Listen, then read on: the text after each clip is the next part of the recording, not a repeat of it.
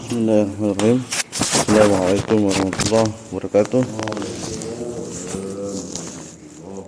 Alhamdulillahirabbil alamin. Wassalatu wassalamu ala Rasulillah wa ala alihi sahbihi ajma'in, amma ba'd. Pertama-tama marilah kita menjadikan puji syukur kehadirat Allah Subhanahu wa taala yang telah memberikan kita begitu banyak nikmatnya, terutama nikmat iman dan nikmat Islam. Salawat dan salam kita aturkan kepada baginda Nabi besar Muhammad sallallahu alaihi wasallam, para sahabat, keluarga dan para pengikut beliau hingga akhir zaman. Baik, marilah kita membuka dengan sama-sama melepaskan al-basmalah. Bismillahirrahmanirrahim.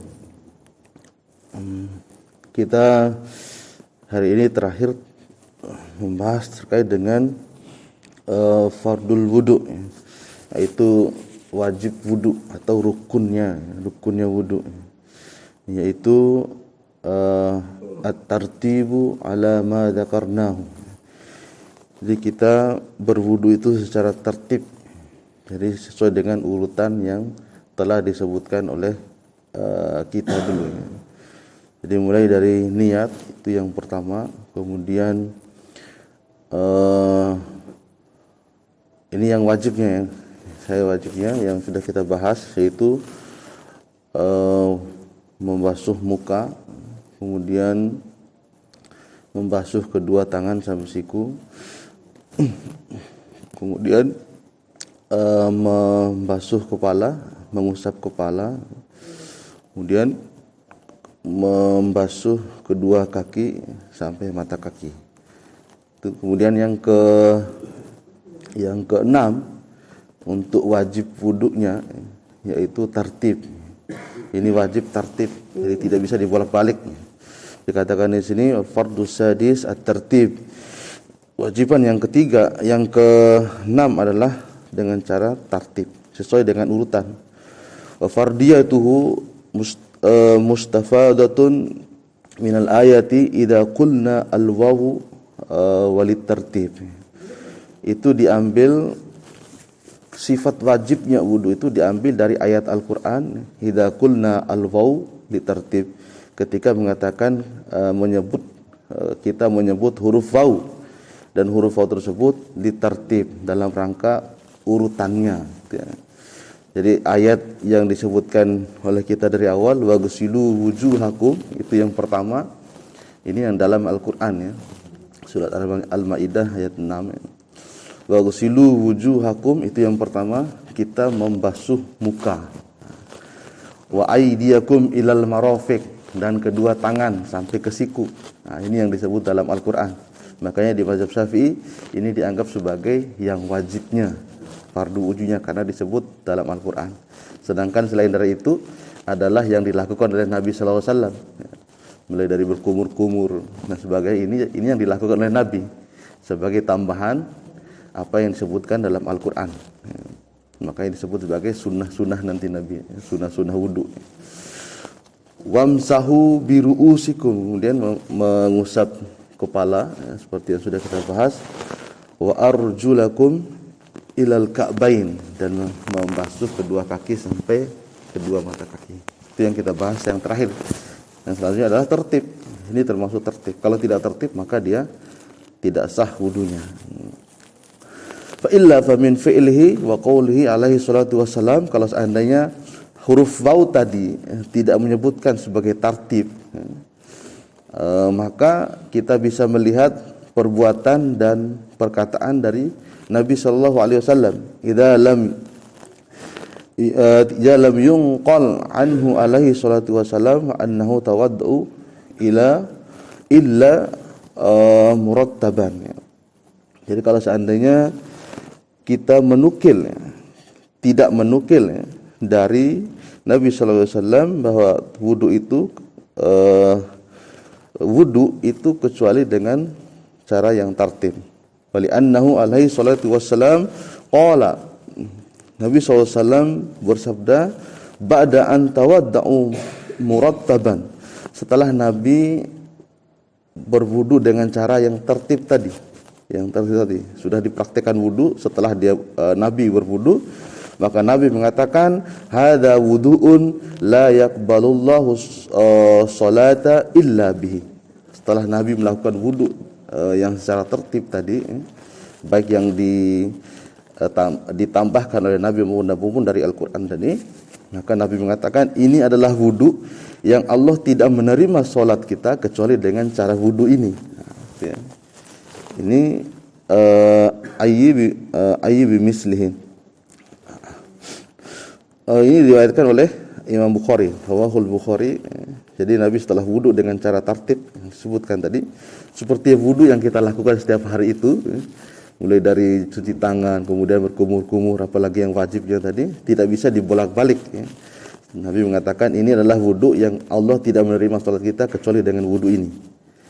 Jadi Nabi sampai bersihin, lihat kukunya dan sebagainya, seperti yang pernah kita bahas itu. Jadi kalau seandainya tidak seperti itu wudunya, maka tidak sahlah solat yang kita lakukan. Wali annal wudu ibadah, karena wudu itu adalah ibadah, yarji'u fi halatin al-uzur ila nasfiha. Jadi inilah wudu, karena wudu adalah ibadah, kita kembali kepada keadaan. Kalau seandainya kita uzur, seperti nasfiha ini kita kembali kepada tayamum kalau seandainya dia itu dalam keadaan uzur. Ini nasfiha ini di bagian yang lain ya, itu kalau seandainya tidak ada uzur, maka kita baru kita hanya ngambil sebagian saja. Ila nasfiha itu nasfiha itu sebagian. Contohnya tayamum. Tayamum itu cuma ngambil sebagian dari wajibnya wudu, yaitu hanya mencuci masahu bi ra'sihi, yaitu mengusap muka, wa aidiakum, dan mengusap tangan. Jadi kalau lihat fardu wudu kan bisa kita hitung gitu ya. Berarti ini tayamum ini cuma setengahnya saja. Karena dalam keadaan uzur, ketidakadaan air dan sebagainya. Kalau seandainya tidak seperti itu, maka tidak sah wudunya.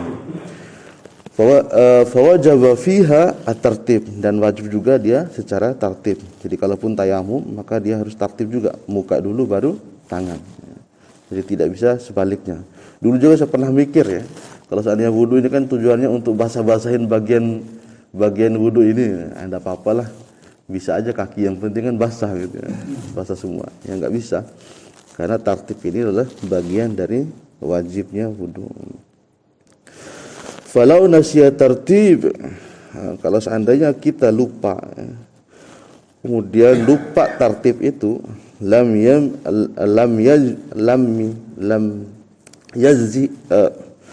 yazzihu kama law nasiya al-Fatihah fi shalat awin najasata ala badanihi. Jadi kalau seandainya kita lupa tertib dalam wudu, maka itu tidak cukup. Jadi harus tidak sah, maksudnya tidak sah wudu kita. Kama law nasiyal Fatihah fi shalah. Sama seperti kita lupa membaca surat Al-Fatihah ketika salat. Karena dalam hadis dikatakan la salata illa bi qiraatil Fatihah. Tidak ada salat tanpa bacaan Al-Fatihah. Itu di mazhab Syafi'i. Untuk pembahasan mengenai bacaan Al-Fatihah ini nanti ada pembahasan di bab salat. Kemudian atau kita lupa bahwa di badan kita ada najis. Jadi udah, kalau seandainya kita lupa Fatihah, maka tidak sah salat kita. Begitu juga kita ada najis dalam tubuh kita, dalam badan kita, dan kita lupa untuk membersihkannya, maka juga bisa tidak sah sholatnya. Jadi harus diulang sholatnya. Pas habis sholat baru ingat, oh ada najis ini. Jadi ulang sholatnya, karena sholatnya tidak sah. Jadi ini yang wajibnya wudu. Insyaallah nanti untuk hari Kamis kita sudah masuk di bab terkait dengan sunnah wudu. Jadi Kalau di mazhab Syafi'i di kitab ini dibahas secara detail terkait dengan fardu wudu sama sunnah wudu. Jadi itu ini juga ada cabangnya yang keluar dari pembahasan tartib, hanya segera tambahan, tapi tidak kita bacakan. Insyaallah kita membahas sunnah wudu nanti di hari Kamis. Ini terkait dengan di luar dari masalah fardu wudu, yaitu kharaja min farjihi balala yajuzu an yakuna maniyan wa yajuzu an yakuna maziyan. Jadi ada dua yang keluar dari kemaluan kita. Bisa saja itu yang keluar ini basah, sesuatu yang basah, balalan ya. Kemudian bisa saja dia itu adalah air mani, bisa saja juga adalah air mazi, air mazi. Jadi kalau yang air mani ini biasanya keluar karena kenikmatan, dia merasakan nikmat. Kalau mazi enggak, tapi dia basah nanti di kemaluan kita. Ini yang dibahas terakhir di sini. Wastabahu alaihil hal, dan dia bingung ya terkait dengan hal tersebut. Famal ladzi yajibu alaihi, apa yang wajib baginya kalau seandainya ada keluar cairan ya, cairan basah di kemaluan, apa yang wajib dia lakukan? Fihi khilaf muntasyiran. Di sini ada khilaf yang sangat masyhur. Allaqtuhu fi ba'dil kitab aktsaru min 13 maqalah. Sudah saya bahas, kata Imam Taqiyuddin, saya sudah komen di sebagian kitab-kitab, kebanyakan sampai salasa min salasi asyara, sampai 13 hal ya, 13 pandangan terkait dengan 13 pendapat terkait dengan masalah ini, masalah air mani ini. Apa yang harus dilakukan? 13 pendapat.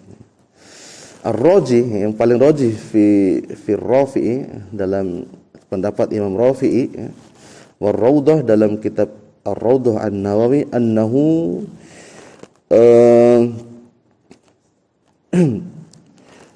yatakhayyaru, diberikan pilihan, bahwa yatakhayyaru, diberikan pilihan oleh kepada dia yang kalau seandainya ada keluar di kemaluannya. Fa in syaa, kalau seandainya dia mau, ja'alahu maniyan, kalau dia menganggap, meyakini bahwa yang keluar ini air mani, faghtasil, maka dia wajib mandi karena air maninya, maka dia wajib mandi. Fa in syaa ja'alahu maziyan wa ghassala ma asabahu min badanihi wa thawbahu wa tawaddu. Kalau seandainya dia menganggap itu sebagai air mazi bukan air mani, maka dia hanya membasuh bagian-bagian yang terkena terkena oleh air mazi tersebut. Kemudian atau di pakaiannya, kena pakaian, dicuci pakaian, kena badan, dicuci badannya, bagian badannya itu saja. Dibasuh aja, dibersihkan, tidak perlu mandi. Kemudian dia berwudu. Ini ada dua pendapat. Li'annahu idza ja'alahu madhiyan wa tawadda'u faqad ata bima yaqtadiya al-wudu. Kalau seandainya dia menganggap itu adalah air mazi, kemudian dia berwudu, maka itu sudah seperti yang diharuskan ketika berwudu. Fartafa'u hadatsahul asghar, karena itu hanya untuk menghilangkan hadas kecil, karena mazi itu hadas kecil. Kalau air mani itu adalah hadas besar. Wa baqiyal hadasul akbar masqukan fihi, dan sisanya adalah hadas besar yang diragukan di sana. Tapi aslinya wal aslu adamuhu, karena aslinya adalah ketiadaan dari hadas kecil, karena sudah menganggap sebagai ketiadaan hadas besar, karena sudah dianggap sebagai air mazi, maka dia cukup wudu. Wa kadza yuqalu idza ightasala, kalau seandainya dia mengatakan itu adalah air mani, tidak disebutkan kata mani di sini, maka dia harus mandi. Wa qila yazibu alaihil akhdhu bil ikhtiyar. Tapi dikatakan dalam pendapat yang sebagian kecil pendapat, ada kata wakila, pendapat kecil sebagian kecil, yazibu alaihil akhzu bil ikhtiyar, dia mengambil kehati-hatian. Jadi biar enggak ragu-ragu, anggap saja dia sebagai air mani. Biar kita mandi aja sekalian. Tapi ini menurut pendapat yang sedikit dalam mazhab Syafi'i. Hati-hati adalah mandi aja lah sekalian, takutnya itu adalah air mani yang mungkin keluar gara-gara kita berhayal, menghayal dan sebagainya, akhirnya dia keluar atau sebagainya. Lianna tahaqqaqna syaghala dhammatihi bi ahadil hadasain, karena kita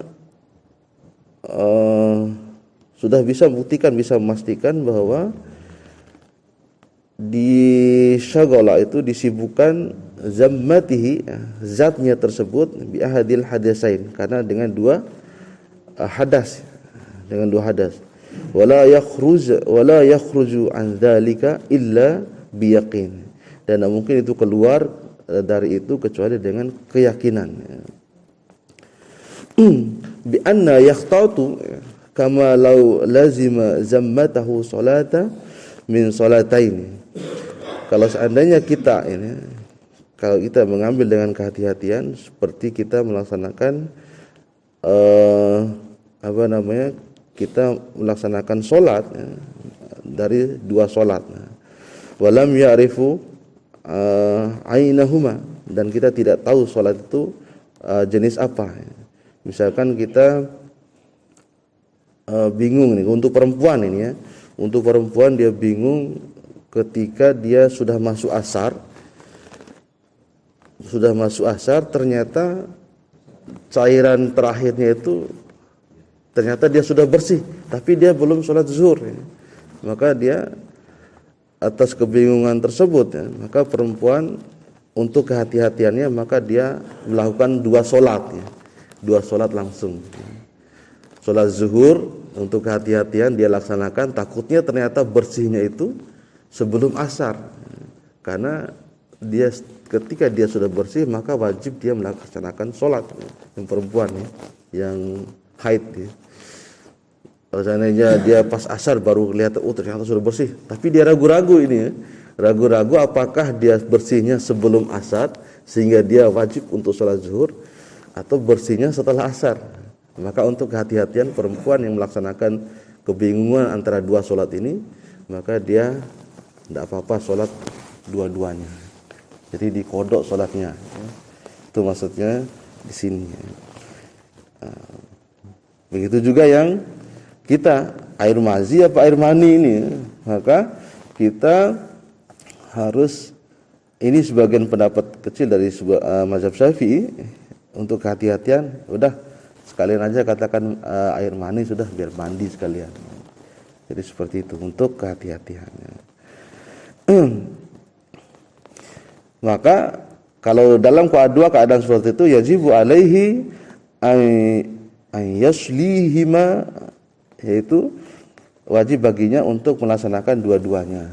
Jadi sholat tadi dia harus sholat dua-duanya, zuhur sama asar, karena keraguan-raguan dia, untuk hati-hatian dia laksanakan. Takutnya dia bersihnya sebelum asar. Kalau bersihnya sebelum asar, maka wajib dia sholat zuhur, karena masih punya waktu. Atau dia ragu setelah asar apa enggak dia bersihnya ini, dia ketika dia lihat darahnya, maka dia harus diwajibkan untuk sholat dua-duanya aja. Itu juga kita untuk kehati-hatian, boleh kita ngambil ini air mani langsung mandi saja ya. Ini juga perbedaan pendapat Imam Nawawi ya. Wa hadza qawiyyun rajjahu Nawawi rahimahullahu taala fi syarhil tanbih ya. Dan ini ada dua pendapat Imam Nawawi yang berbeda di sini. Imam Nawawi dalam hal di kitab At-Tanbih namanya, karena banyak kitabnya Imam Nawawi ini. Dalam kitab At-Tanbih menawarkan ini pendapat yang kuat. Kita ngambil dua-duanya, kita ngambil kehati-hatiannya. Sedangkan dalam kitab Raudhah beliau mengatakan harus pilih, harus yakin. Kalau yakin dengan air mani, maka cukup dengan dia harus mandi. Kalau yakin dengan ini adalah mazi, maka cukup dia membersihkan dan dia berwudu. Itu di dua pendapat Imam Nawawi yang berbeda dalam dua kitab yang berbeda. Tapi kalau seandainya ini para ulama mazhab Syafi'i, kalau Imam Nawawi di kitab yang lain mengatakan ini yang paling rajih, sedangkan kitab Raudhah mengatakan ini yang rajih, ada dua pendapat yang berbeda, maka para ulama Syafi'i setelahnya mengambil pendapat di kitab Raudhatul Talibin. Raudhatul Talibin itu yang diambil sebagai pendapat mazhab. Sedangkan kitab At-Tanbih ini juga bisa saja diambil, silakan saja, tapi yang paling masyhur adalah kitab Raudhatul Talibin. Kalau seandainya di kitab Raudhatul Talibin beda dengan di kitab Syarah Muhazzab, maka yang diambil adalah Syarah Muhazzab. Tapi untuk kitab Raudhah sama Syarah Muhazzab itu tidak ada perbedaan, sama. Insyaallah. Ini yang dibahas oleh para ulama. Karena memang Imam Taqiyuddin Al-Husaini ini yang membaca semua kitab-kitab Imam Nawawi ya, diambil pendapat-pendapatnya. Begitu juga di kitab Ru'usil Masail. Lahu, begitu juga dalam kitab Ru'usil Masail. Ini dikarang oleh Imam Nawawi juga. Jadi ada dua kitab mengatakan, Imam Nawawi mengatakan ngambil kehati-hatian, tapi di kitab Raudhah mengatakan cukup meyakini salah satu saja. Wallahu a'lam bishawab. Ini kita sudah habis di bab untuk fardhu wudu. Insyaallah hari Kamis kita mulai dengan sunnah wudu. Subhanakallahumma wa bihamdika asyhadu an la ilaha illa anta astaghfiruka wa atubu ilaik. Wassalamualaikum warahmatullahi wabarakatuh.